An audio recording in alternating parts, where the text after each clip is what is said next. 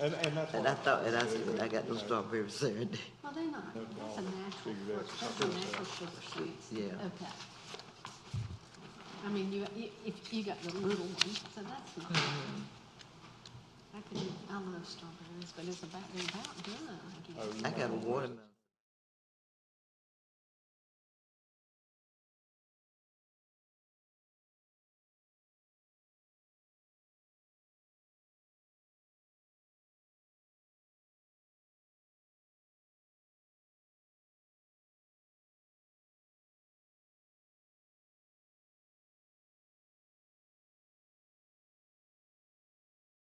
Good name. I sure had. Make sure I have all my stuff here now. I gotta call my husband, tell me when my lights out on my car.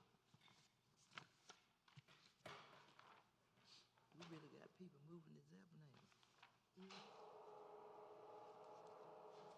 I can say we had to, we can just pledge it behind us, huh? We probably won't have nobody come. You heard I said, Bill? I said we probably won't have nobody to come sit in our order. I said we probably won't have too many people come tonight to sit out in the order. That's right. So let them come in and then let them go out. Well, that's what they were saying about the church and stuff. You can't have that many people in the church now. Because so many people dying. In Texas, in Emory's church, they did go to church Sunday, but they had two services, and they only had 250 at each service. And they had every other row empty and set them apart, so. Hey, Mead, thank you. Hey, how you doing? Fine. I'm doing fine, how about you? Good. Man, and I didn't get you anything. So sorry. Next time.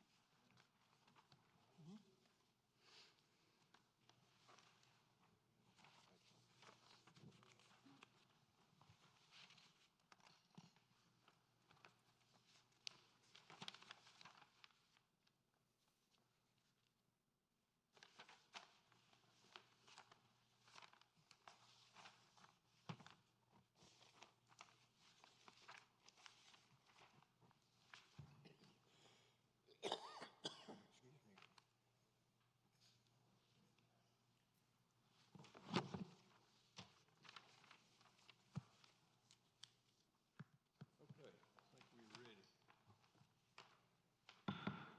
We'll call the meeting to order. Welcome everybody here this evening. We are on TV, by the way, so still doing social distancing.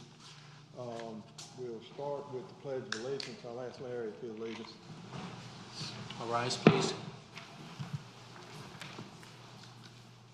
I pledge allegiance to the flag of the United States of America and to the republic for which it stands, one nation, under God, indivisible, with liberty and justice for all.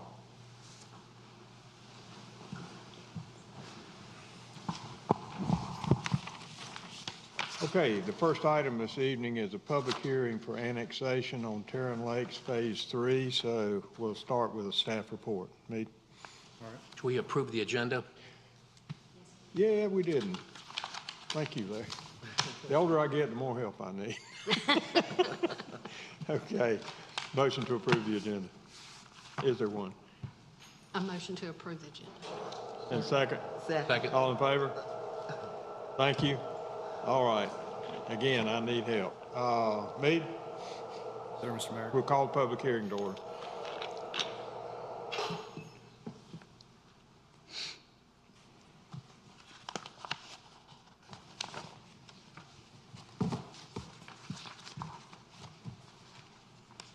All right, good evening, Mr. Mayor, Board of Commissioners.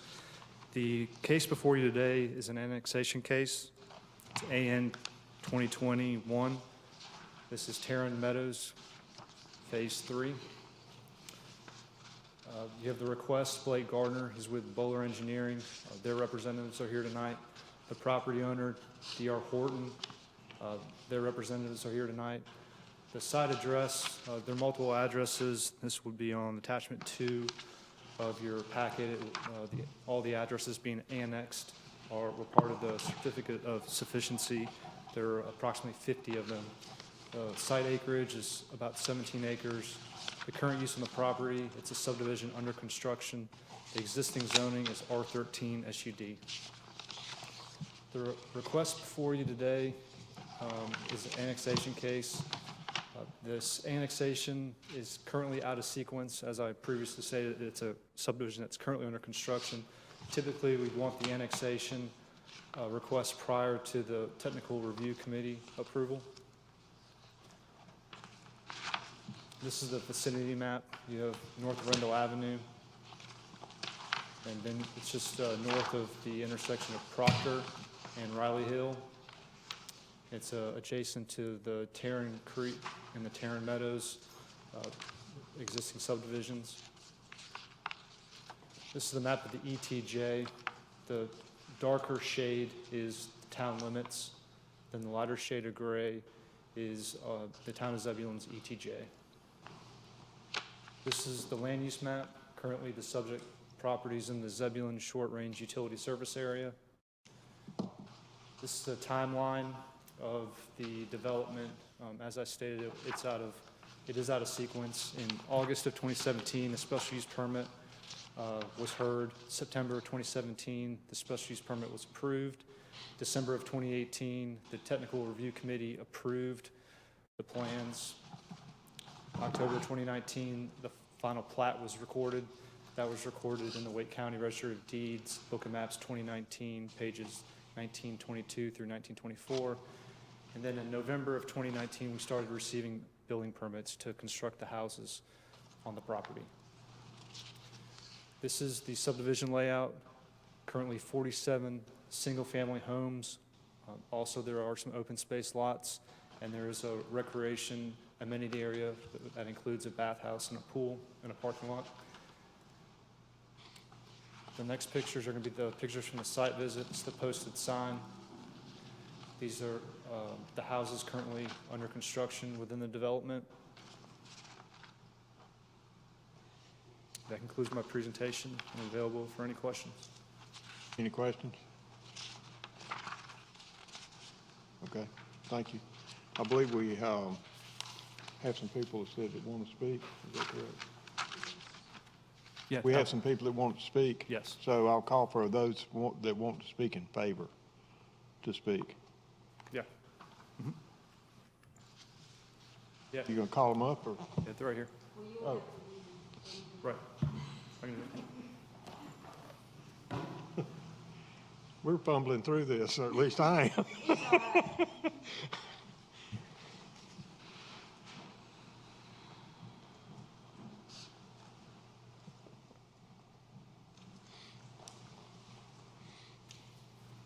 Good evening, Honorable Mayor, Council.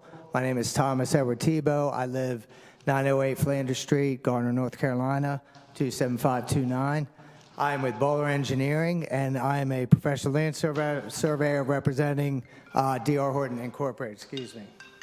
Sorry about that. We're here on behalf of our client, D.R. Horton Incorporated, for the annexation map, which actually should have happened in 2018. And my understanding, how we got into consulting on this affair is the previous consultant that worked with D.R. Horton had worked due diligently on the other phases. The property was taken down in 2 separate takedowns when it was purchased. Everyone was under the assumption that the annexation included all 3 phases, but it only included 2 phases. So D.R. Horton asked us for our help. We prepared the annexation map that you've seen here, the layout this evening. And there's 47 homes. There's 28 homes currently under construction at this time that are under contract to be sold. Of course, there's amenity center, tot lots, et cetera. And that's pretty much all I can provide at this time. If you have any questions, I'd be more than happy to try to assist. Okay. Does the board have any questions? Thank you, sir. Thank you very much. Have a great evening. Is there anyone else that wants to speak? Do you know? Is there anyone else that wants to speak? No, I think we're good. So nobody else wants to speak in favor. So as a formality, I'll ask if anyone wishes to speak against. Okay. Hearing none, we'll close the public hearing and defer the matter for later in the agenda. Okay, the next item is the public comment period. I'm assuming we had no one. Okay. We have the consent agenda. Is there a motion? I make a motion we approve the consent agenda. Second. Made and second. All in favor? And motion carries. Thank you. Okay, new business, planning, ordinance 2020-43, Tarrant Lakes Phase 3 annexation. I'll call for staff to report on that one. All right, staff recommends approval of ordinance 2020-43 based upon the consistency with the Town of Zebulon Comprehensive Plan, Unified Development Ordinance, and any other official plan that is applicable. And based on your decision, you'd have to make your recommendation with the consistency statements.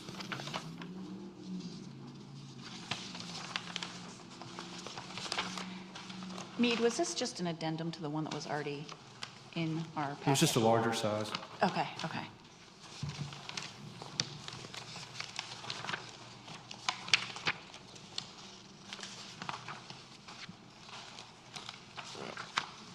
Okay. I was looking, did we have the statement, consistency statement? You could read what's just that first bullet up on the board. The first bullet does it? Mm-hmm. Okay, I'm sorry, I was looking for it in my agenda. Okay, is there a motion? I make a motion, we approve ordinance 2020-43 based upon the consistency with the Town of Zebulon Comprehensive Plan, the UDO, and any other official plan that is applicable. I second. Did I hear a second? seconded? Okay, thank you. I second. Thank you. All right, we have a motion and a second. Any other comments or discussion? All in favor? And motion carries. Thank you. Thank you. All right, Public Works Resolution 2020-09A.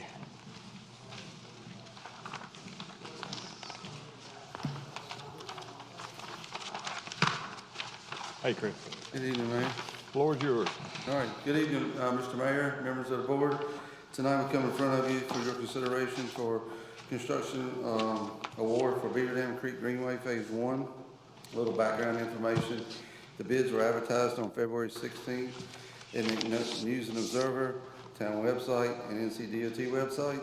We had a pre-bid meeting on February 27th, which we reviewed the scope of construction and had a site visit.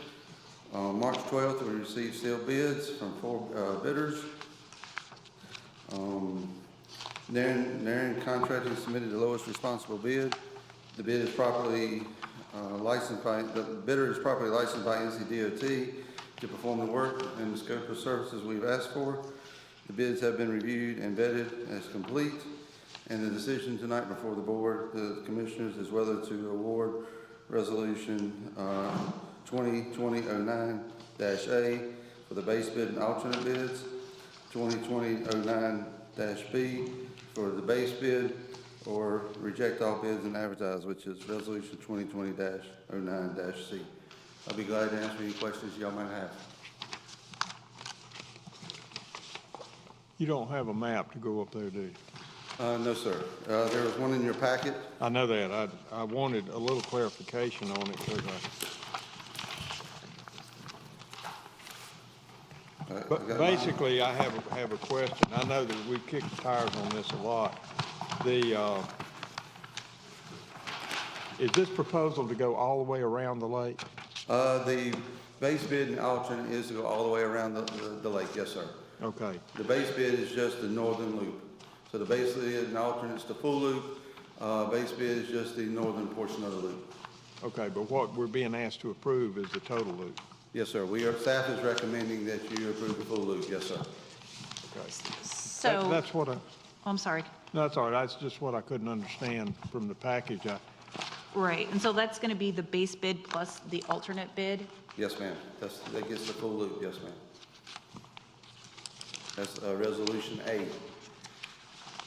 And what exactly has been the fee in lieu that we're collecting from this? Yes, we have collected, throughout the whole process, we've collected 4 grants. We've collected fee in lieu from Cypress Creek Greenway, that was for south of town, and we also collected a recreation fee from Tarrant Lakes. And is that the $304,078? Yes, ma'am. And then the grant is the 1.9? Yes, ma'am. We've received a grant from Campo for $1.65 million, Wake County $228,625, Parks and Rec $90,230. We've got a Weaver's Pond amenities agreement for $7,800, and then yes, ma'am, the Cypress Creek and the Tarrant Lakes. And how much were those from Cypress Creek and Tarrant Lakes? Cypress Creek was just a little over $101,000, and Tarrant Lakes was $194,000. And so the first one that you mentioned was 7,800? Yes, ma'am. What's the difference? Why is there such a disconnect between The 7,800. 7,800 is Weaver's Pond amenities agreement we got from them.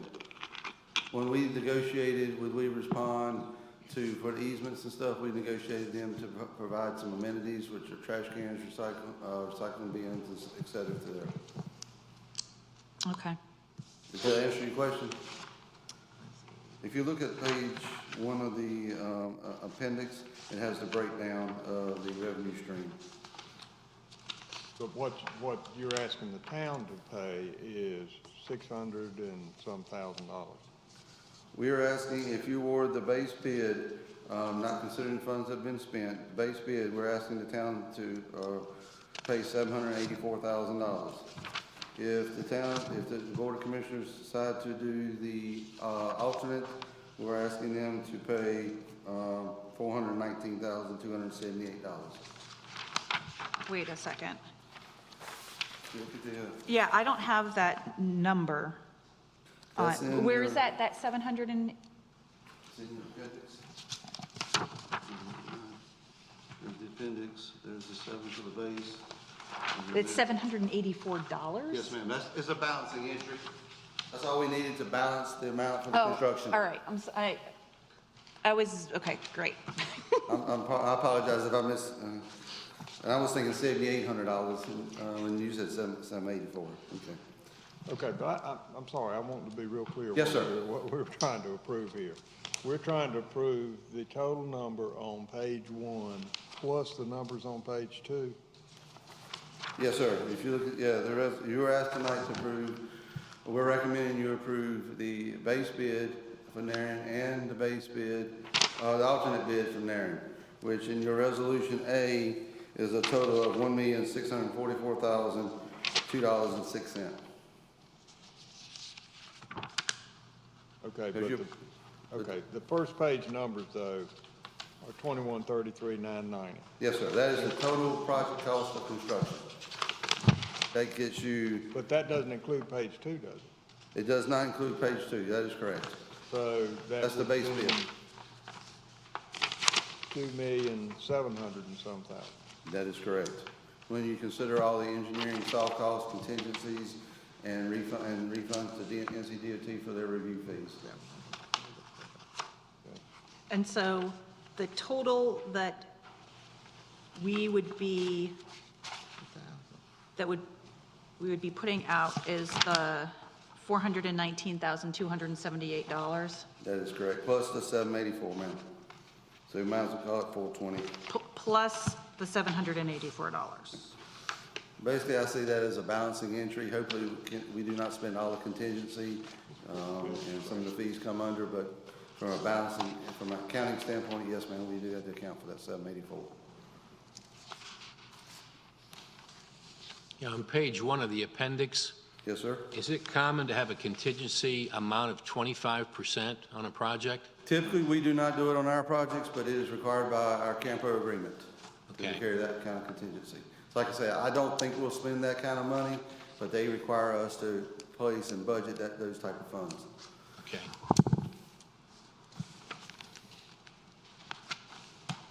Okay, I don't mean to belabor this, but I want to be real clear what you're asking us to approve Yes, sir. financially, okay?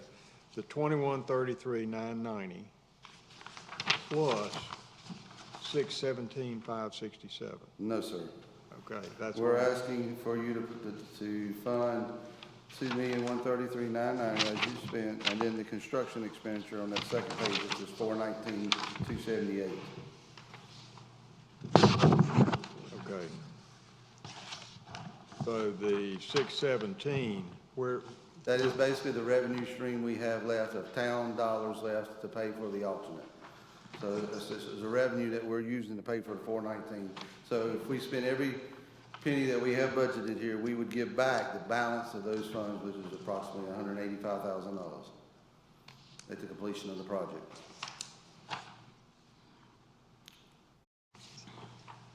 I feel like I need to understand this a little bit better. These numbers to me just seem, I need more understanding. Which number would you like more information on? All ma'am? right, so you've gone with Naren, and the total is going to be like 1.6 Yes, ma'am. for that. And then you've got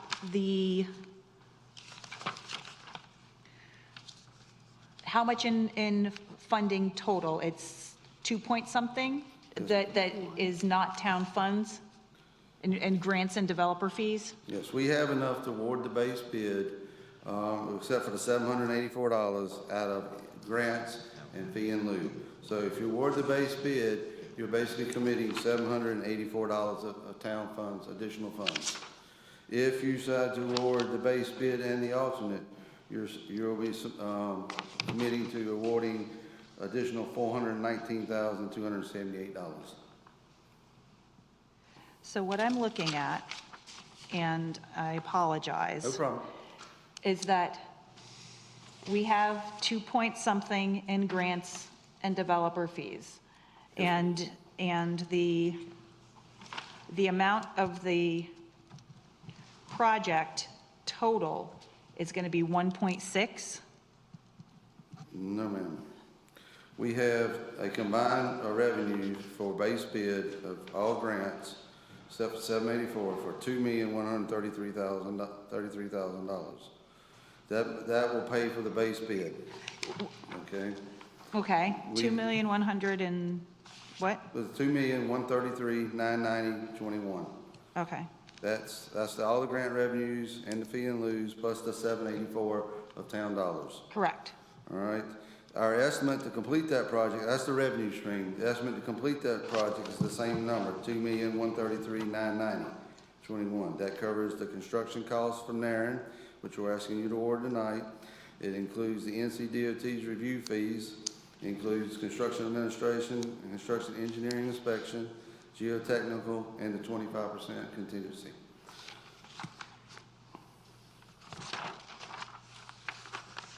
so really, our choice is approve the base bid or approve base bid plus all. That is correct, sir. And one is 2.1 million, and the other one's about 2.6 million in rough numbers. Yes, sir, that is correct. All right. It's confusing the way this is put together, Chris. Yeah, It really is. Sorry, I know you understand it, but, I'm gonna take the fifth, sir. huh? I'm gonna take the fifth. Well, I mean, I'm just telling you it is, I think, you know. Understood. Yes, sir. Another question on that contingency. You said we have to do a 25% on the construction expense based upon, it looks like on Appendix 1, you've got that 1.2 million, 25% of that is the 319,000. But when I flip over to page 2 and look at the construction expenditure of the alternate bid loop, that is 364,000, and 25% of that is like 90-some thousand. And this is only The- a the- third of that. That is correct, sir. You are very astute in catching that. The difference being the base bid is funded entirely with town Zebulon funds. We didn't think it was necessary to put such a high contingency on it, so we done our standard contingency. That makes perfect sense. Thank you. Okay, other questions? Okay, again, then the choice is base bid only or base bid plus alternate. And the alternate is what length? It is approximately a quarter of a mile. So, It would be, the total project is to be construction 1.25 miles. And the base is 1 mile and the alternate is 0.25 miles. That's some expensive trails, isn't it? Yes, yeah. ma'am. I mean, Yes, sir. I'm not Greenways are throwing, I'm expensive. not throwing stones at you here, I'm just saying it is. I know Yes. you know it is, it's unbelievable. You gotta remember too, we are working in wetlands. We also, because of this project is higher than when we would actually go out and build it ourselves because of the federal reporting requirements for Davis baking. That's one of the things that run up the administrative costs and the engineering inspection. The grant has a very heavy load of administrative requirements that are not typical with a town project. It may be similar to when we talked about Shepherd School Road overpass, in North Arundel Avenue project, we'll have those type of costs. I got you. Okay, other questions from the board members? Well, what's your pleasure? I move to accept the bid, but not the alternate, and move forward. Okay, With is there a that. second to that? That'd be resolution 2020-09B. Without the, Without the loop would be Is- 2020-09B. okay.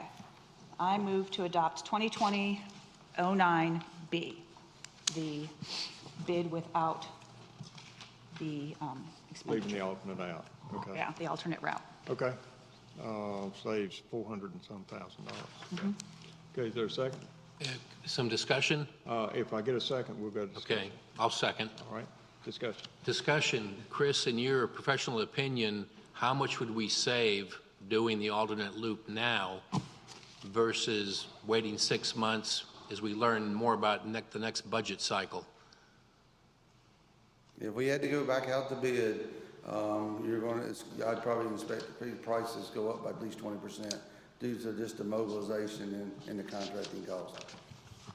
So if all the prices stayed the same, we're going to pay another 20% just to go through this whole cycle of, Yeah. You're getting economies of scale of building something much larger, and you're also, the contractor going back out again, he's got to remobilize and stuff. And so there's remobilization cost. And we're getting some economies of scale from our construction administration and construction engineering by doing it all together. But there are two alternates to that. One, you could attach it to a later contract and move with it. The other is, do you think that there's a possibility of additional grants for that section when we go back with it later? Not for grants. We've exhausted all the grants. The Campo grant will not pay for what's considered a recreational loop, and that alternate was considered a recreational loop. We had potentially, we could go back for part of, but seeing we just got a grant, our probability of getting one is going to be low. But we still can apply. So. Well, we might go to the county or some other source. Yes, sir. Yeah, I understand that. I just want to be sure everybody understands what's out on the floor. Okay, other comments or discussion? I feel like moving into a budget that we know is already going to get some severe cuts, that it would be prudent for us to not do that second portion at this time, and maybe at some point, hopefully, we can get some kind of grant, or we'll be able to revisit it. Okay, other comments? Y'all ready to vote? All right, all in favor of the motion, please raise your hand. Opposed? Oh, no, I'm sorry, opposed? Are you for or against? I oppose. Opposed. So 3 for, 2 against, the motion carries. Can we raise hands again so I make sure I get this correct? Yep, all right. Thank you, Chris. Thank you, guys. Apologize for the confusion. It's been a long trail, I know. Yes, sir. Thanks, Chris. Thank you, guys. All righty, let's see. Budget presentation. Joe? What's up, Bob?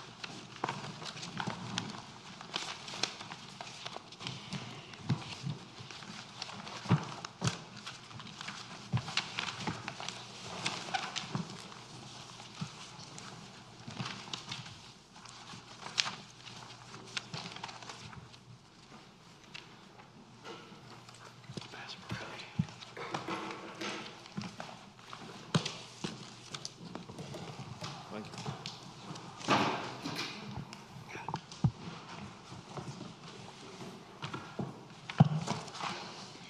Good evening, Mayor and members of the board. The Oh, thank you. budget documents that Bobby is handing out to you includes the presentation for tonight. If you go all the way to the back of the three-ring binder that's been handed out to you, you can pull out the presentation that's going to be presented to you.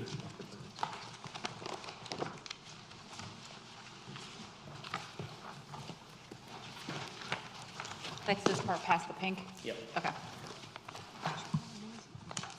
And it's stapled together, so if you want to flip along, you'll probably need to pull it out.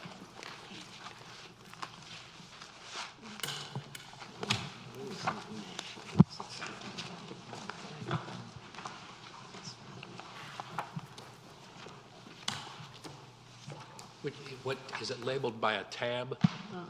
It's at the very, very back. Very All the Very way to back, the very back. very, very back, gotcha. Yeah, if I can make a request, we are live streaming this, so if you will speak into your microphone so that it can be heard well on Facebook, that would be really helpful. Okay.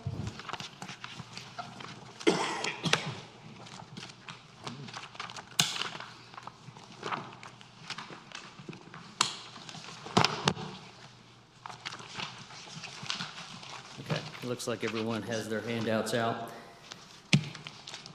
For future reference, when we come back before you at work sessions, we will have handouts like this, and so that's the appendix section of that booklet. That's reserved for you to add these handouts in, so you can use them for future reference. Okay, tonight is no, that's the wrong presentation.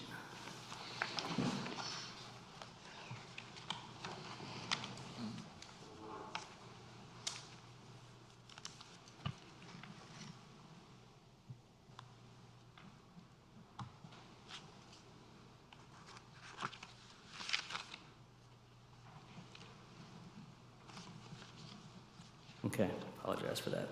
So tonight's presentation is the budget message for the budget for fiscal year 2020 to 2021.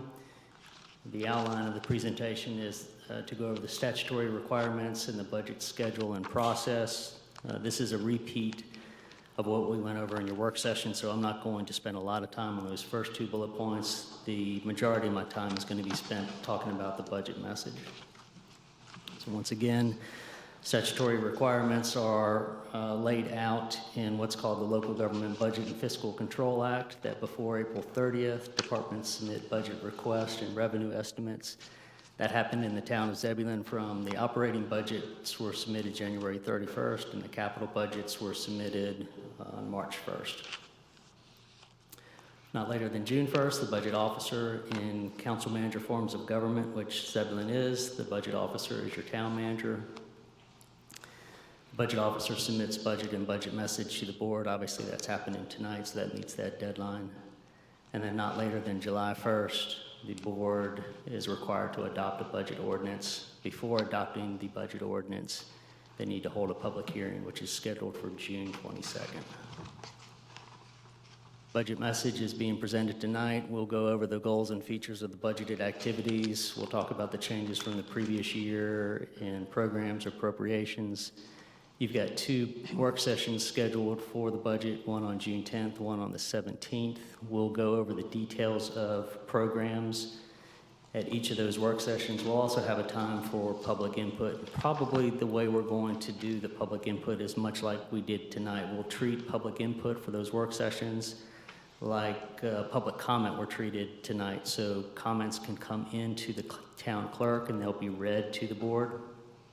When we get into the actual public hearing, though, we'll make arrangements, kind of like what we did tonight with the annexation, where we'll have a staging area set up where people who want to speak on the budget can stage in a socially distant, accepted manner, and we'll cycle them in one at a time so we can stay within the cap of the governor's restrictions. That public hearing, once again, is June 22nd. You'll be in a position that evening, if you want, to adopt the budget ordinance, just as long as it's adopted before July 1st. In addition to that, one of the things that we want to always be mindful of, while the budget adoption is a detailed process, it's not the end-all, be-all. The budget is a tool, a financial tool, to advance upon your goals that you've identified in the Zebulon 2030 strategic plan. So we'll also take that opportunity for you to approve updates to the Zebulon 2030 plan.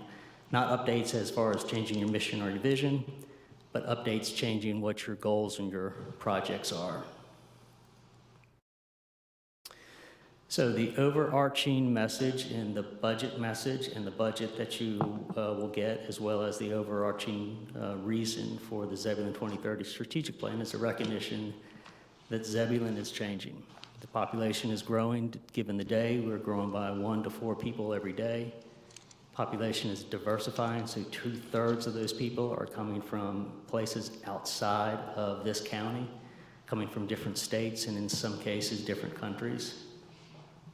The land use is changing. We're no longer growing tobacco, we're growing houses, and even the economy is changing. So because you've got more residential development occurring, you've got retail that is chasing after that residential development. You're also seeing some changes, or we're starting to see some changes in the type of industrial activity that we're bringing into the town. You're getting more small-scale, niche manufacturing, where you've got startups developing new ideas, several firms, 3 at least, possibly 4, out at Innovation Way.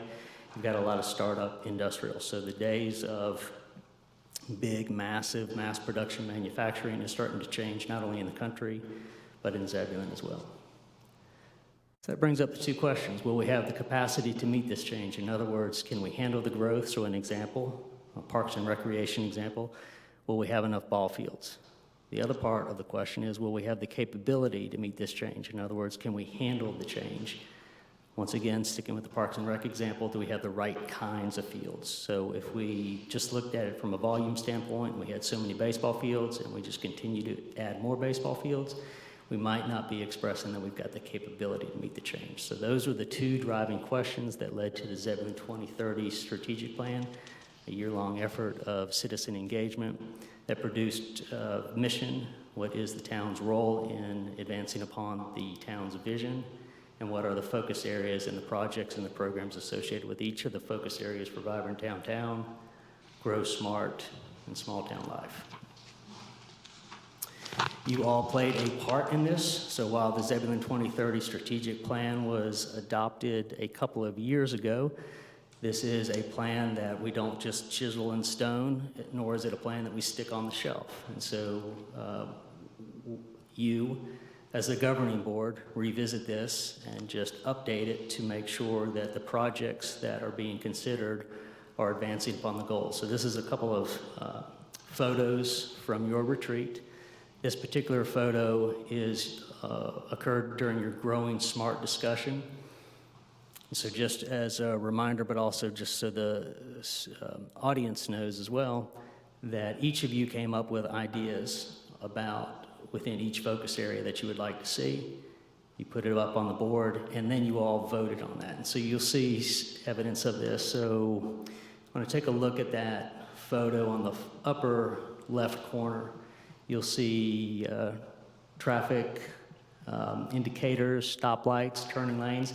That got a lot of votes. And there was even another idea, traffic mitigation, that got connected to it. So you'll see some of the stronger ideas translated to this next slide. So pretty much across the board had very strong support for projects that supported downtown growth or mitigated traffic or making sure developers knew what their expectations were. Walkability got a lot of votes. Welcome project, we probably need to have some follow-up with you all. There were some differences of opinion when you look at the notes of the meeting. Welcome project, to some of you meant something like a welcome wagon. Welcome project also meant something like citizen engagement. So you'll see some components of that in this upcoming budget, but we might need to have a further discussion about how to do some of the things, because the welcome project got a little bit of variety as far as what was intended by a welcome project. Wayfinder signs had pretty strong support, as well as the question, it's even on the slide on the left, in-house economic development question mark. So that's the blue note to the lower right. That got 4 votes. So the items under the FY21 budget, we, as best we could, tried to roll that into the budget that's going to be presented tonight for your consideration. So focus on the 3 focus areas, one at a time. Vibrant downtown. The goals in the Zebulon 2030 plan are to revitalize downtown and attract people downtown. The issues with making that a challenge is the redevelopment cost of buildings downtown. Some of these buildings have been neglected for a while, and so that makes them problematic to go back in and fix up, because they haven't been tended to in a while, but also because they've gone uninhabited or unused. They fell out of compliance with building, fire, and accessibility codes, so they have to be brought up to current codes. So the redevelopment cost of these older buildings is problematic. The other thing is, at the end of the day, Zebulon is a railroad town. It was created for the purpose, and even by board members of the Raleigh-Pamlico Railroad. And so there's no public space downtown. The amount of public space that you've got is available to you when you close down a public right-of-way like a road. So this budget has some features in it to try to address some of these issues. One is the funding of alleyway activation. So what that is you also have public right-of-way available to you in a number of alleys downtown. We think that those are underutilized. They could be utilized more. They could be made attractive so they're more welcoming, and so people would use them more, but open up that space also so that retailers could use that as overflow space. Pedestrian connections, that's simply connecting the alleyways across the roadways. So this is example on the top right. This is an example of a bulb out. There's a similar example of one over in Nightdale, where you reduce the amount that a pedestrian has to cross the street. It also has the other benefit, if you're interested, of slowing traffic that comes through that area. So those are 2 things that are in the budget that's put before you. Events, the tree lighting festival in particular, proved to be very popular. Even events out here, Zebulon Night Out, have proven very popular. Those events don't happen for free, and so we've put some funding in there to help, in some cases, sponsor town events, in some cases help support nonprofits or businesses in having events open to the public. And then the first phase of wayfinding. So let me talk real briefly about what wayfinding is and what wayfinding does and does not do. Wayfinding is an extension of a branding effort. Whether it's a company or a town, a brand is something that makes that town or that company distinctive, something that says this is what we are about. Wayfinding is a way to market or advertise that brand. It's not just simply having flashy signs. It's dependent upon what your brand is, because the brand influences what the sign looks like, where the signs are located, what are the things that they identify as the notable features of a community.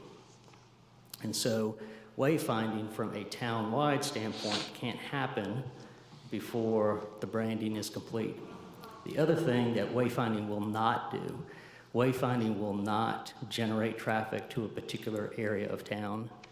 Wayfinding can help direct traffic to an area of town if people are already intending to go there. So if they're going to buy a wedding dress, or if they're going to buy furniture, wayfinding helps them find things within the downtown area, in this case in the downtown area.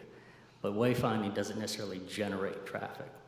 That being said, your downtown is starting to increase some retail activity, and you're having a good problem because people are starting to bicker about parking. So one of the things that we are proposing in this budget is what I'll call a wayfinding light approach of having some signage downtown to identify the downtown area, more practically to identify where public parking is located. So those are some examples of projects within the vibrant downtown focus area that's included in the budget for you. As far as the Grow Smart focus areas, the goals of the Zebulon 2030 plan is to plan for transportation, plan for staffing, partner on economic development. The issues being, we're already growing. And as we've talked about before, let me skip back a slide. As we've talked about before, the farm to market road network, which is really nothing more than a hard surface 2-lane road to enable a farmer to take goods to product and then come back to their farm, worked really well when there's a farm to market economy. There's no longer a farm to market economy, or it's quickly changing anyway. And so the roads have to grow to accommodate the volume that comes with this. So the addition of lanes to handle the volume of traffic, but also the mode of travel is changing as well. It's not all vehicular based. And so the roads that we have to put in have to accommodate for things like bicycles and for people that are walking. The other thing that's it's a temporary setback, a very real thing, is the COVID-19 event has affected and will affect our revenue streams. And so what does that do to the features of the budget that are presented to you? As far as the traffic, you'll have in your budget money to design, purchase right-of-way, or proceed with construction of 3 traffic signals in town. Most specifically, and we'll get into greater detail on this when we have the work session on this topic, but the intersection of Arundel and Green Pace, Arundel and Pierce's, and Shepherd School and Old Bun. Well, also, this is related to COVID-19, we are not going to be able to fund the many positions that we need in town. So what we're going to try to do is at least work more effectively and efficiently with the staff that we've got. And so the IT component has some software upgrades to allow us to do our jobs more efficiently. One specific example is we're seeing a lot of plan review. We're doing plan review in a traditional way, which is to physically ferry the comments about throughout staff, go back and forth with applicants, do that a couple of times with reviews. This type of software, the plan review software, would make that completely all virtual and electronic. So to speed up the review time, make us more efficient in receiving the comments. You all will have a conversation with your Chamber of Commerce. They are responsible for executing your business retention and expansion program, and much like you talked about at retreat. Are you at that point where you're ready to pivot and include some economic development expertise in-house? It's going to have to be a question that you answer. I think you're going to get it anyway with the town's admission to the Main Street program. While that program focuses on the downtown, it does have some economic development components associated with it.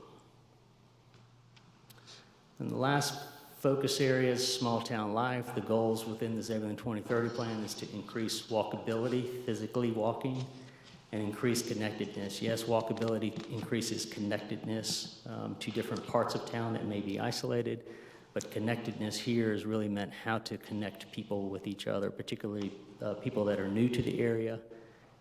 And the issues associated with that with both of those is right now we've got several sidewalks that go nowhere, or we have gaps in our sidewalk system.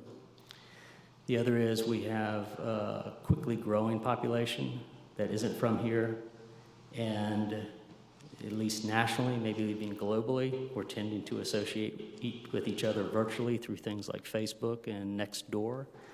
And so the features in the budget that will come before you to help with both this walkability and this connectedness, a lot of the things that are put in your budget that are related to the vibrant downtown will accomplish a lot of these goals.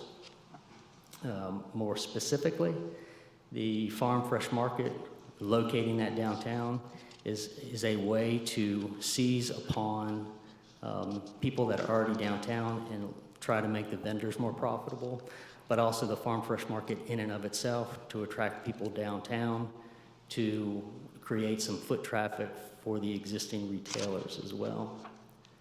This budget also includes the extension of the North Arundel sidewalk, which connects where the sidewalk ends in front of Zebulon Baptist Church, connects a couple of links all the way, and connects to Lee Street. So if someone wants to get to Triangle East Shopping Center, while it's not ideal, if they can get to Lee Street, they can walk the back way to Triangle East Shopping Center. That neighborhood also allows them to access the sidewalk when this is complete and come into downtown. So we're connecting a couple of residential areas with some commercial areas. The other things that we're doing associated with this project is we're trying to make it a safer pedestrian alleyway or pedestrian corridor. And so with each crossing of the intersection, we'll put crosswalks in there, and we propose to put in stamped asphalt as a way to slow the traffic down that comes down through North Arundel. We've done a very good job in the past of saving up money and then leveraging those funds against grants. Most specifically, the Community Development Block Grant that's overseen by Wake County. They're transitioning to a different focus area with those block grants, so we don't know that we'll be able to use that in the future, so we're probably going to have to save money over time before we can do big projects. But this is an example of the South Arundel sidewalk under construction. This connected downtown with the south side of town. The North Arundel sidewalk will connect downtown with the northern section of town. We'll continue our community engagement efforts, so programs that are modules that are part of the Wakeland Schools Citizens Academy, such as the police experience and firehouse. We'll expand those to include modules from our planning department, have planning exercises, to include our budget and finance department, include games like the Budgetopolis game that you played at Retreat, as well as adding Parks and Rec modules as part of, once again, that's overall Citizens Academy. Probably what we won't do, yes, I think COVID-19 interrupted participation in this, but the idea of having an umbrella program where people commit to a day a week for a period of 8 weeks is probably not going to be a realistic opportunity for us. Probably what we'll do is we'll just advertise this and offer this as modules throughout the year, and people pick and choose and take advantage of those modules, and then by the end of the year, if they've completed all the modules, we'll just recognize them as graduates of that Citizens Academy. You have a couple of very successful teen-aged citizen groups in both the Youth Council and even a very successful group in your Fire Explorers program this year. We recognized our first graduates who were early participants in the Fire Explorer program, and 4 of those are volunteer firefighters. So it is well, not all of them will grow up to be firefighters. This is just a good way to engage them and maybe teach them some citizenship skills. At the end of the day, the intent of the small town life focus area is to create a place where everyone can call home. So that is the budget message. Now is statutorily required. I'll go through and explain the changes in the budget from last year. The FY20 budget had revenues coming in over a little over $12 million. We expect the revenues coming in this fiscal year to be midway between $13 and $14 million. The property tax revenue in '20 was 6.4. We expect that to go up to 7.6. That's really due to not only the growth that you're seeing, but as well as the revaluation that just occurred. Sales tax is where we're expecting to see the hit come between last year and this year, and so we've budgeted for that. Restricted intergovernmental, so probably the best example of this is tax that's collected by the state and given to municipalities for a specific purpose. The gas tax, also known as the PAL bill funding, is an example of this. We expect that to stay relatively the same, as well as the other associated restricted intergovernmental revenues. Sales and service is another area we expect to take a drop. Sales and service is where we have a direct exchange where we are providing service for payment. Parks and recreation is probably the most notable example of this, and that's why we're expecting to see a reduction in revenue in that area. Fund balance, you appropriated $1.1 million last year. We'll roll over several of that fund balance to complete projects. You've got 3 chapters of your comprehensive plan that are up for updates, so land use, transportation, and parks and recreation. So those are continuing, so the funds are rolling over. You funded a branding project that got interrupted, and so that's continuing as well. So for this coming year, this budget, if you approve it, uses $1.5 million of your fund balance. So the assigned, which was what was appropriated last year, 1.06, is rolling over. We had some reserves, most notably in stadium, and there was some in capital reserves. We're accessing those, so that's the $170,000. The new is the unassigned, that's $350,000. That represents the design funding, or our half of the design funding for the fire station. Right now, this is a very rough estimate, probably a conservative estimate, but we're putting that fund balance at 68.5%. Once again, you won't know the percentage, you won't know the fund balance until the auditors tell you in November, December, and that's going to reflect where you were fiscally on June 30th of this year. Loan proceeds, you didn't take out any loans last year. We're not recommending any loans this year. Tax rate last year was 59.2. We're proposing a tax rate in this budget of 55 cents. Revenue neutral, as we shared with you at the work session, is 54.3. The difference being is we're recommending you take the stormwater fee off of the monthly bill and roll that into your property tax rate. So that's the distinction. The 0.7 cents takes it off of the monthly bill that's included in water and sewer bills and rolls it into the property tax rate.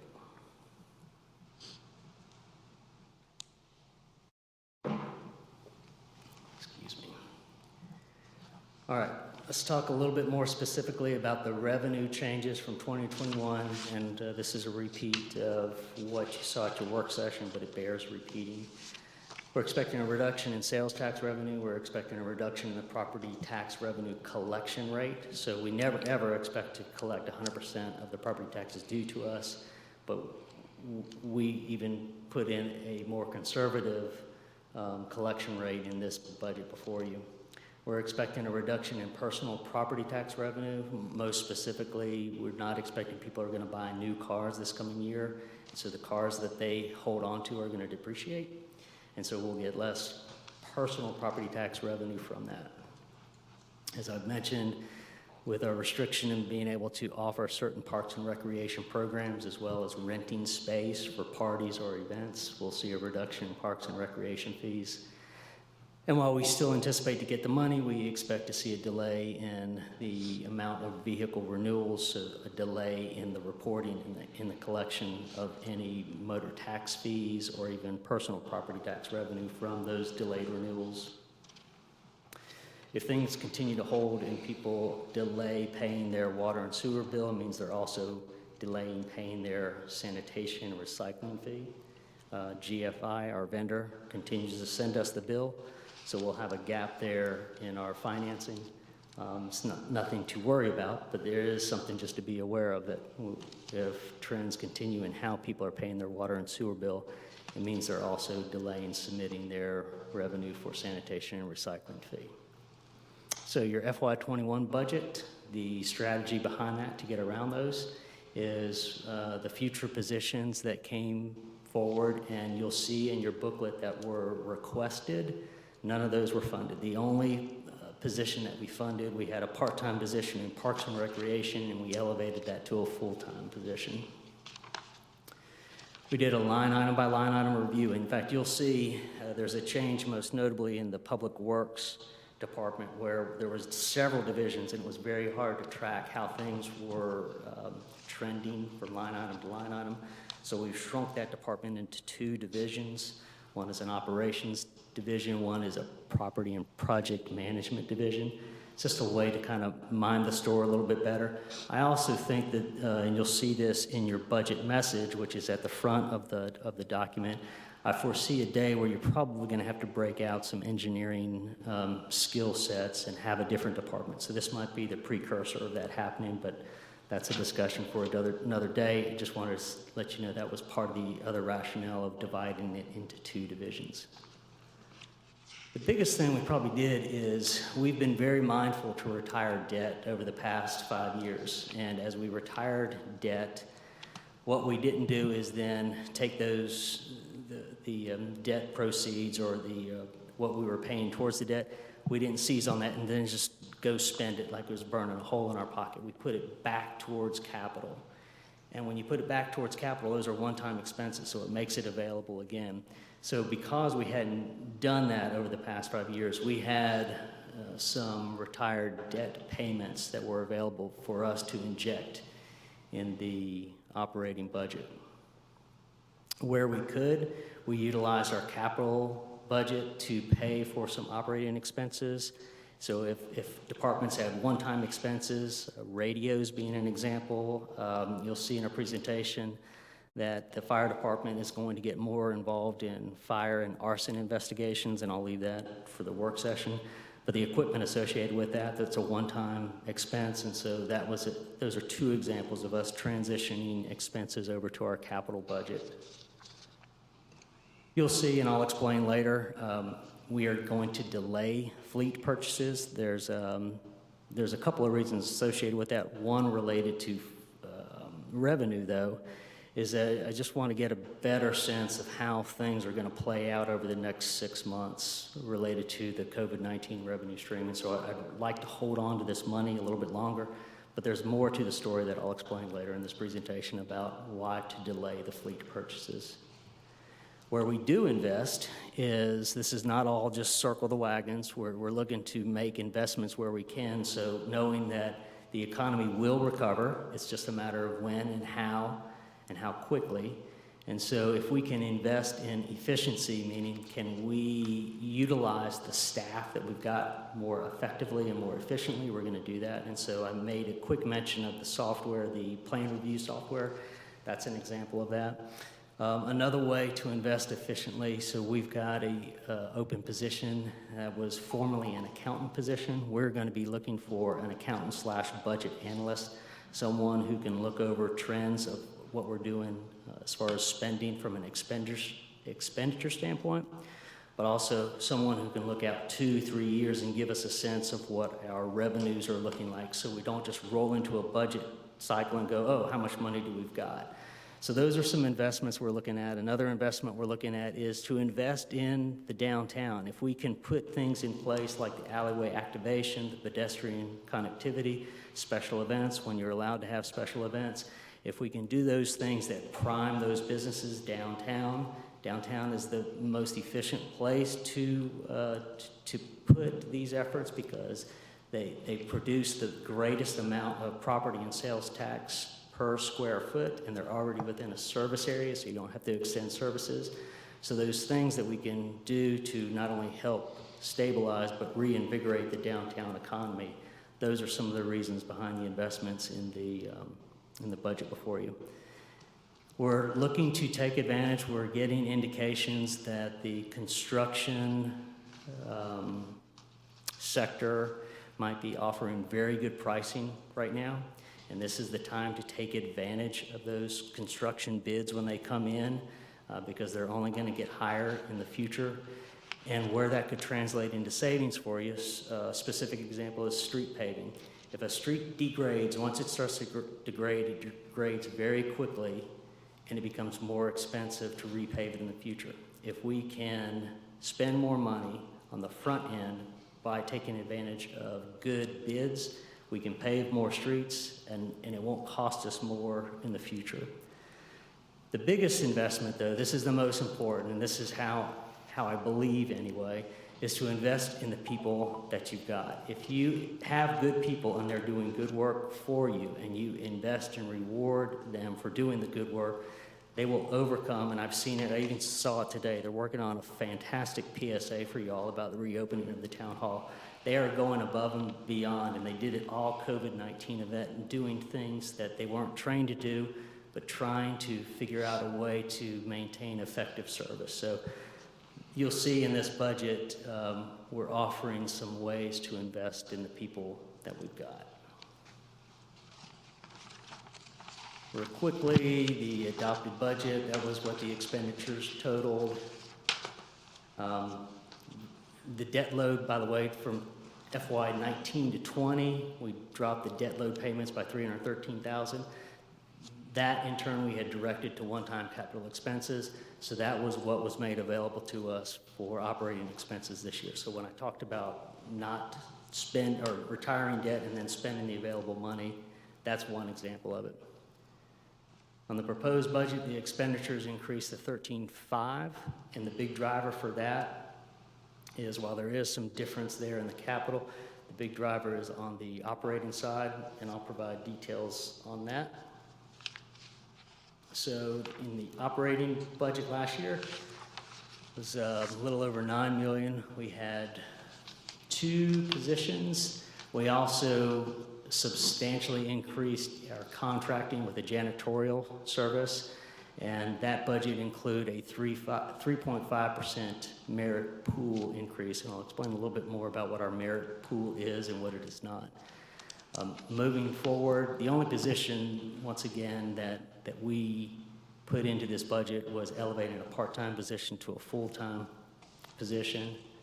We included a merit of 4%. The distinction between 3.5 and 4%, that's not going to drive the $1 million difference there, and I'll explain what's driving that $1 million difference on the next slide. These are positions that we didn't fund. I really think you're going to need a town engineer at some point in the near future. You'll need an additional patrol officer. I put an asterisk there because we've got some retirements coming, and so I think we'll have some lapsed salaries that we'll be able to utilize to bring on that patrol officer mid-year, so I think we're going to be okay in that, but I didn't want you to be a surprise for you to hear that, Joe. I didn't think you were going to have a patrol officer. We need a patrol officer, and I think we can get it. It's just going to be a matter of how we rework the lapsed salaries. Detective did not come before you in this budget. Public Works had an equipment operator request that did not come before you. Planning had a permit technician that did not come before you. I'm hoping we can stave things off by this electronic or virtual plan review, at least for a year before we have a permit technician, but we'll see how successful we are on that. So service technician with Public Works, which is a part-time position, and in Parks and Recreation, a park manager. Right now, what we've got is a consortium of a bunch of part-time employees maintaining the parks, and it's just not effectively working. And so what we had hoped to do was bring a park manager on board, but that's not something that will happen. We're going to try to approach this a little bit different way on how to maintain the parks, and I'll share that later on in the slides. And we were looking to elevate a fire code inspector to a fire marshal to have more job responsibilities, and that won't be in this position or in this budget either. So here's what the drivers were between the expenditure difference between what you saw in 20 to 21. Big thing, this affects not only everybody within the town, but this is statewide. So the state treasurer made note that the contributions that municipalities were making towards a retirement system was not going to keep the retirement system solvent. And so all municipalities have to provide more funds for the retirements of their employees. So that was the biggest driver, and that's affecting every municipality statewide. And we're going to be dealing with that for the next few years. It's going to continue to increase. The park maintenance, I told you we didn't put a park manager in there, but we are looking to contract out our park maintenance. Right now, the park maintenance just is not happening up to the level that it needs to, but also I think we're overextending some of our other departments, Public Works being an example. So we're looking to contract that out and get more routine maintenance in our parks.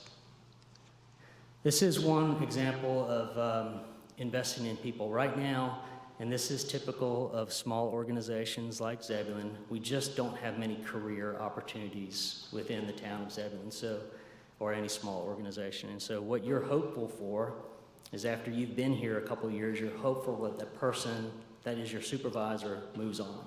And that just doesn't happen.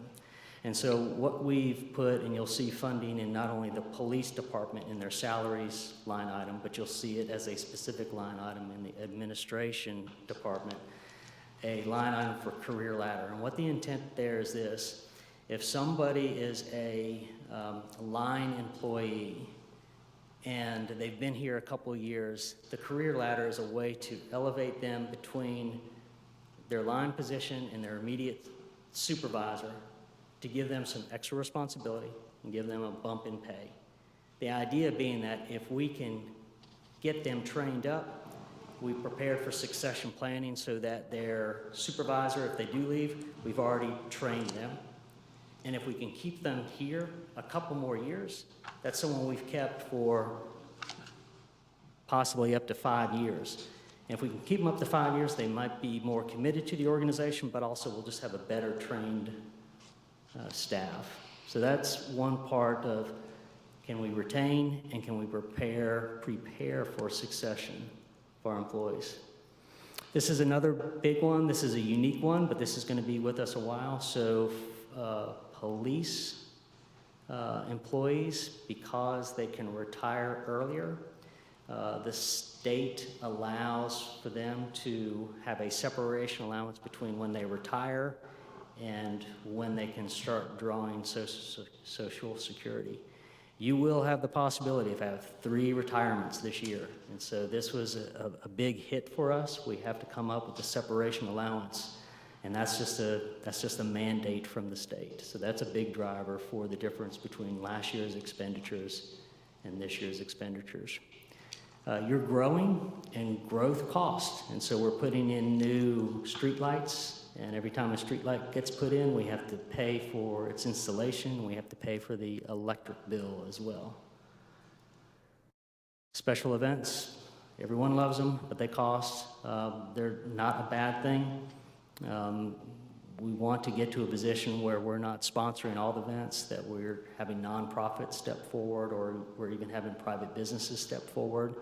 At the end of the day, we'll still need to provide some sort of support, and so we're trying to quantify, at least budget that, so it doesn't get away from us. So that's a driver in the budget. I would bet, even though we've gone through the effort of identifying costs with special events, there's some hidden costs where we're paying already through overtime that's already included in the budget.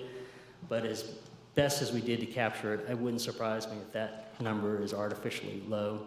We're going to be tracking that better in the future so we can deliver you a better cost of what it takes to sponsor or support special events. In the greater scheme of things, the recreation assistant falls down to, what is that? So that's what, number 7. It pales significantly to things like the retirement contribution and the park maintenance, but it still is an increasing someone from a part-time to a full-time position.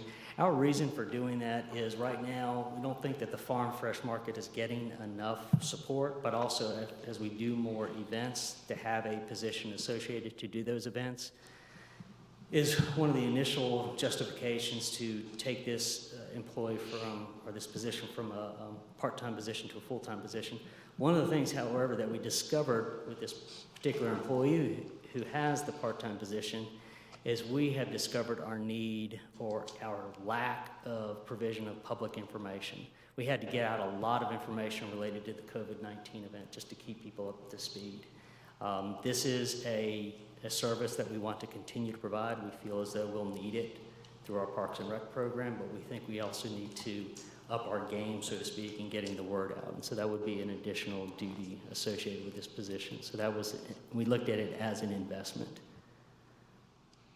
Okay, another thing with, I guess, investing in people, but it's investing in people who aren't quite here yet.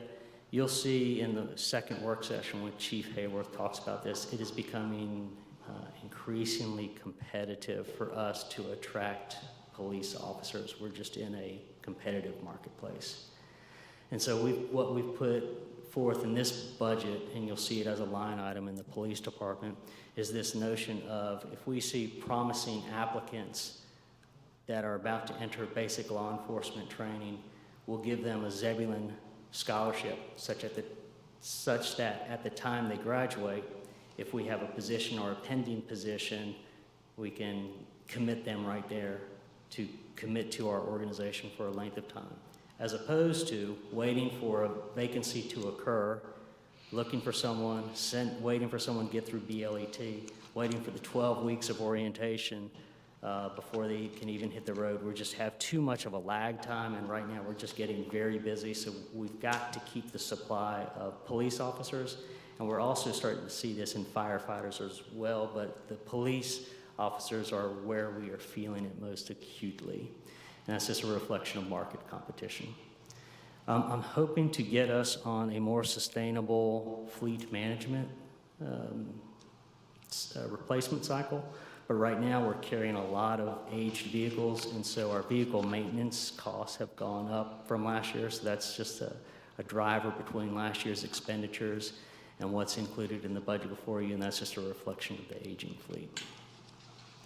In the merit, it's not a big difference going from 3.5 to 4, but let me just explain to you a little bit about what the merit system is. There are some communities have automatic cost of living increases. That's not our program. Our program is entirely merit-based, and so some employees who come in and who are not doing the expectations of their job will get less than a cost of living and or possibly placed on a performance improvement program where they have a period of time to improve their performance or possibly be separated from the organization. Then there is the employees that are doing very well on their job, and what we're introducing this year by going from 3.5 to 4% is we're reserving that final 0.5% for those top performers, those that get the perfect rating on their job performance and are doing the bonus thing. So I'll give you an example of the bonus thing. And I love to use this because it's a phenomenal example, and you had this as a discussion when we were talking about your census at the work session. Sam Jarquin, who is bilingual, it's not required for him to come down to planning and help contractors, Hispanic contractors, understand the requirements of their permit, nor was it Sam's responsibility to do a Census 2020 PSA in Spanish, but he did it. It's something that he did above and beyond. And while it can or cannot be attributed to him, 2 weeks after he did that PSA, our participation numbers went up 4%. So those are the kinds of things we're looking to reward, is those employees are doing the extra effort, and they're doing a good job to begin with, but they're doing an extra effort. This is not an automatic cost of living increase. On the capital side, just some big changes between last year and this year. You budgeted for land this year. This budget includes money for design. You reserved funds for paving. This year you'll actually do the paving. So the way we've got it structured is you save 1 year and then you spend the next. You had traffic design for several signals start, and this you'll start to see some construction. I'll go ahead and be upfront with you. I think it's optimistic that we're going to be able to get a traffic signal under construction by the time we complete design, get the encroachment agreement from DOT, bid it, and be under construction. I think it's going to be optimistic, but we're going to fund like it's achievable, because if we don't fund like it's achievable, then I don't want us to artificially put the brakes on. So we're going to charge ahead as quickly as we can and know that if we can achieve our timeframes, we'll have the money there to go to construction. The one that's probably most likely to go to construction is going to be Green Pace and Arundel, and I'm hopeful for Green Pace and, Arundel and Pierce's. Shepherd School and Old Bun, that's just starting design. There's going to be a lot of right-of-way acquisition with that project, so I don't see that going to construction this coming year. The North Arundel sidewalk, we designed that last year. This will include funding for construction. Fleet replacement, we put money towards fleet replacement last year. We continue to do that this year. So this is, in addition to wanting to hold on to money so I can get a better feel of how things are going to shake out with COVID-19, the other reason I want to hold on to this money is we've got a possibility to, we're looking at a program that's offered by Enterprise Rental Car. And what Enterprise Rental Car offers, if you dedicate revenue to them, they will rotate out your stock. In theory, it sounds fantastic. I don't know if it will work for our entire fleet. I can't imagine that a backhoe has a very good second life on the market, but maybe some detectives' vehicles or planning vehicles do. So we need some time to do some due diligence. Plus, I want to see how the revenue streams shake out. We piloted a program for body cameras for our police department. That went successfully. A lot of people don't realize this, but you have to have a lot of software capacity and storage capacity if you're going to run a body camera program. It's just not the cost of the cameras, although they are expensive. We feel good with where we are from an expense and a return on investment, but also with our software and storage capacity. So we'll start to roll out phase 1 of those body cameras, getting them deeper down into the organization. Information technology, we bought radio upgrades for police and fire last year. We also replaced all the computers. We'll replace the computers on a regular basis now. This year is more about those service system upgrades, whether it be the plan review, work order system, billing systems. And then on the debt side, not much of a change in difference. The difference being that we've paid off some principal, so we're paying less interest. You're still carrying debt on the municipal complex, close to $300,000 a year. You'll have that till 2029. You've got a building maintenance loan that I'm looking to close out in a couple years. This will be the last year of payment for that piece of equipment called the swap loader, which is, it's really a flatbed piece of equipment that can have different attachments. So we use that for storing. We use that when we spray brine. It's got a lot of versatility to it. And then we've got the continuing payments on both the fire ladder and the fire engine. All right, so coming into the short rows, I appreciate your patience. The next steps, you just received the budget message. Your first work session is on June 10th.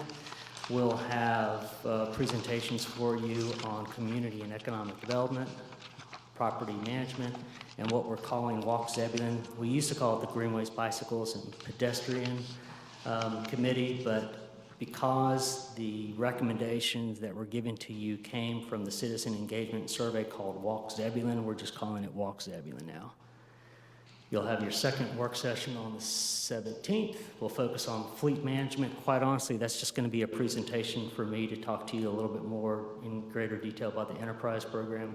We'll talk to you about the projects that we've got planned for streets and thoroughfares. So you'll see street paving, you'll see intersection improvements.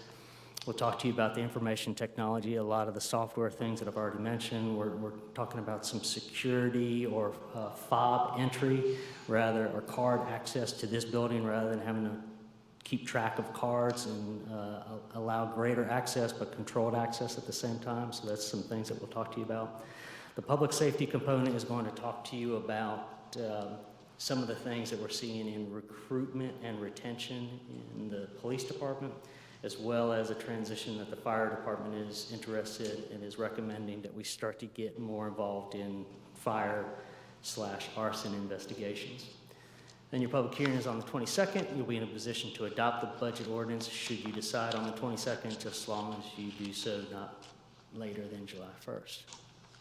Want to know more? That will be available on our webpage. Traditionally, what we have done, and we won't do this year, is we have physically delivered this to different places throughout town, like the library, Chamber of Commerce. We've even delivered it to civics teachers at the area high schools. We won't do that, so it'll be solely visible online, and that will be posted before the end of the week. That's my presentation. I'll take any questions that you may have. Otherwise, you've got some work sessions coming your way, and like I said, I'll take questions that you may have. Anybody have anything? So I'm curious for you to look into, my understanding is that the state auditor is presenting some pretty dire message today about DOT and 700 million over expenditure last year. Okay. What, you know, it might be a little early at this point to say what impact that might have, but when we get into these work sessions, it'd be nice to know. Okay. Any other information that anyone's interested in? Do you have the amount that we normally look forward to from Parks and Rec fees? Yeah, let me, if you know offhand, I'll just go ahead and recognize you, but we can get that to you. Okay, Yeah. thanks. Any other things that you may be interested in wanting to know more about? Okay. If not, Thank you. Thank you, Joe. All right, board comments. Glenn, I'll start with you tonight. It'll work. I'd just like to thank the staff for going out of the way for this COVID-19 situation. I know this is new territory, and it was probably a difficult and unusual time for staff to maintain some of the rules or some of the recommended policies coming from state government. So I'd just like to commend them on coping with all of those changes and challenges. Okay, thank you. Shannon?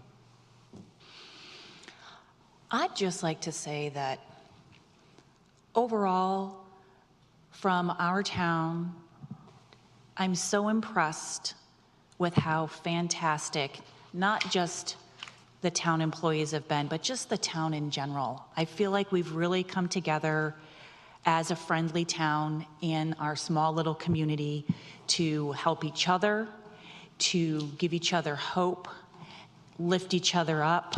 And I think that we are so blessed to live in this community, and I'm just so very proud to be a resident here during these really challenging and unprecedented times.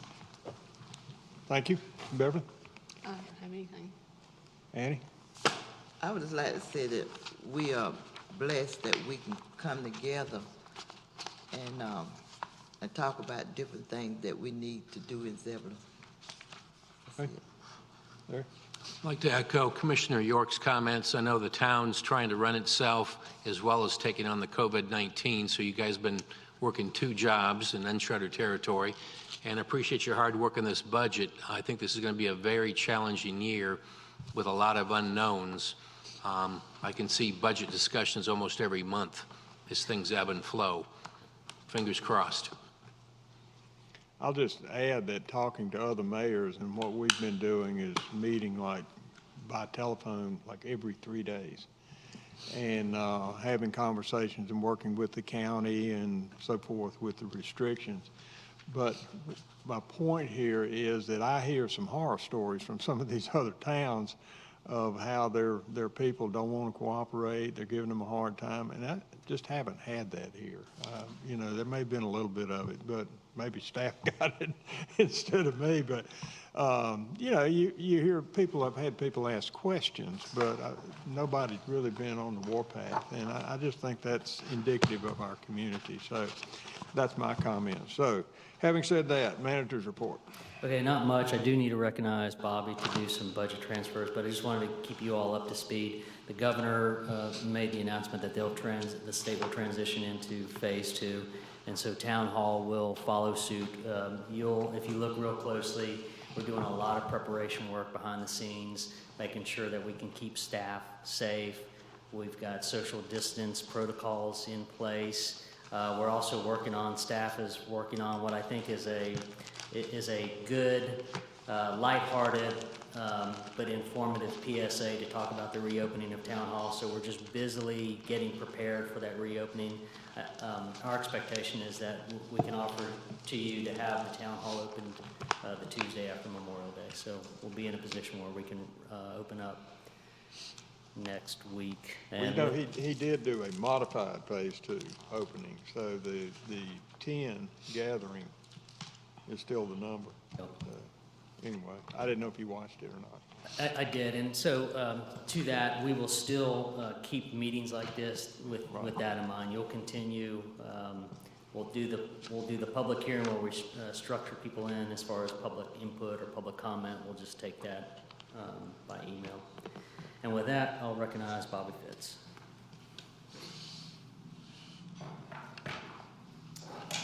Thank you, Joe. To answer your question somewhat, B5, you'll see it in section B. B3 through B6 has some, like the detailed revenue projections. B5, specifically having the Parks and Rec ones. Everything is kind of up in the air, but what we kind of done is forecasted maybe like a 20 to 25% decrease in each of them. Just adding them up in my head, the Parks and Rec revenue is about 100,000, give or take, and we've kind of decreased that to about 80. But you'll see, like I said, B3 through B6 has a detailed revenue forecast. Thank you, Bobby. Mm-hmm. You may have noticed in your monthly financial report there was some reference to some possible overruns or current overruns in this year's expenditure. So I mentioned that look for possible budget transfers. So that's partially what I'm reporting here. Building the grounds will move 500 from fuel to cell phones, move 4,000 to Lakeland utilities, 2,500 from insurance and bonds, and 1,500 from fuel. Fire will move 2,000 from vehicle maintenance to equipment maintenance, 3,000 from insurance and bonds, 2,000 of that to turnout gear, 500 uniforms, and 500 to recruitment and retention. In streets, we move electricity, move 5,000 from insurance and bonds to electricity, move 1,000 from vehicle maintenance to vehicle maintenance from snow and ice supplies, and stormwater. Fuel will increase $7.95 from the NC 811 service. Look for a couple more possibly at the June 1st meeting as well. That's all I have. Thank you, Bob. Okay, now we have a closed session as permitted by North Carolina General Statutes 143-318.11A6 for the purpose of personnel discussion. Is there a motion we go into closed session? Motion. Is there a second? All in favor? Okay, we're going to meet in this room. We're set up for social distancing in there. Okay.